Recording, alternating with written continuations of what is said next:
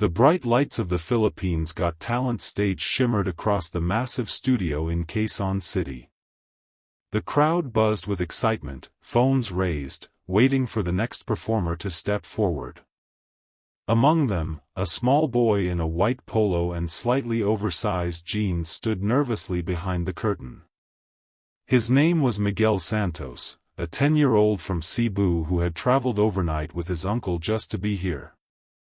His brown eyes darted toward the judges' table, where familiar faces smiled and whispered to each other. Lea Salonga, Vice Ganda, and the world-renowned Simon Cowell, visiting the Philippines as a guest judge for a special international edition of the show. When the host announced his name, Miguel took a deep breath. His uncle gave his shoulder a gentle squeeze. Kaya mo, yen, anak. Do it for your mama. Miguel nodded, stepping onto the stage as the lights dimmed slightly. The audience clapped softly, sensing his nervousness. He looked so small under those massive stage lights, clutching the microphone with both hands as though it were his only source of strength. Simon leaned forward, smiling kindly. "Hello, young man. What's your name?" Miguel hesitated for a second, then answered, "I'm Miguel Santos, Puh."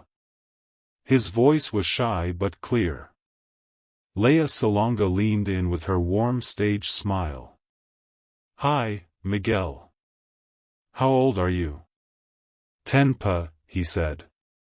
Vice Ganda waved enthusiastically, breaking the tension. 10. Ang cute mo naman. Are you ready to make us cry tonight? The audience laughed gently, and Miguel smiled for the first time since stepping on stage. Simon adjusted his microphone. "So, Miguel, what will you be singing for us today?" Miguel swallowed hard, glancing briefly at the floor. A song I wrote, Puh. It's called, Mama, Don't Go."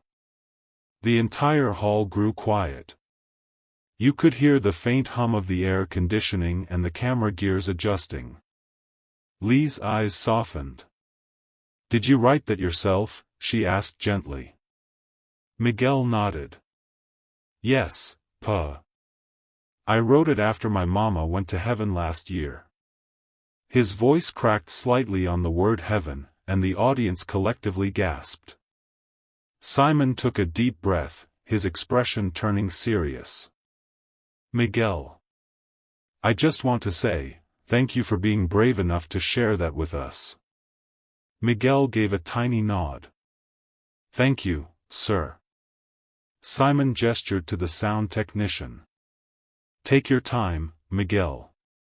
We're ready when you are." The stage lights dimmed further, and a soft spotlight bathed Miguel in a golden glow. A piano melody began, gentle and melancholy. Before singing, Miguel closed his eyes and whispered so quietly that only the microphone caught it, "For you, Mama." The audience went completely silent. In that moment, the camera zoomed in on his small, trembling lips, the tears forming at the corners of his eyes, and the way he clutched the microphone as if his mother could hear him through it. Somewhere in the crowd, a woman whispered, "Oh, my heart." As the first notes left his mouth, something changed in the room. His voice, fragile, yet filled with so much emotion, made everyone sit still. Even Simon, known for his tough criticism, looked struck by the sincerity of this little boy standing on a big stage, trying to sing his heart out for a mother he could no longer hold. It wasn't just an audition anymore, it was a goodbye, turned into music. The piano continued to play softly, echoing through the massive theater. Miguel stood in the center of the stage, bathed in a single warm spotlight. His small hands trembled, but his voice began to rise, clear and trembling with emotion. "Mama, don't go. I still need your lullaby. Mama, don't go. I can't sleep when you're not by my side." The words poured from his heart like a river that had been waiting to break free. Every syllable seemed to carry the weight of 1,000 nights spent crying quietly into a pillow. The audience, which had been buzzing moments before, now sat frozen, no movement, no whisper, just pure silence. On the judge's table, Lea Salonga's eyes began to glisten. She clasped her hands together, watching this tiny boy pour his soul out. Vice Ganda, usually known for his jokes, covered his mouth with his hand, whispering, "Grabe, to, on Sackett." Even Simon Cowell, who had seen countless performances across the world, leaned back in his chair, visibly stunned. His stern expression softened into one of deep respect. Behind the stage, Miguel's uncle stood with tears streaming down his face, clutching a photo of Miguel's mother, a simple picture of a smiling woman holding Miguel as a baby. That image flashed across the big screen behind him as part of the stage visuals. When Miguel saw it, his voice cracked, but he didn't stop. "Mama, I drew your face again today. But I couldn't finish your smile, it hurts that way." A collective sigh rippled through the crowd. People began wiping their eyes. Some clasped their hands together as if praying. Even the cameramen, who had filmed hundreds of auditions, had watery eyes as they focused on the boy standing there, singing as though his heart might break apart. When the bridge came, Miguel took a deep breath and raised his head toward the lights. His voice, though shaking, grew stronger. "I'll keep singing, Mama, till you hear me from the stars. I'll keep dreaming that you're near me, wherever you are." The lights dimmed behind him, leaving only a faint glow around his figure, like an angel singing in the dark. As the final note echoed through the hall, his voice faded to a whisper.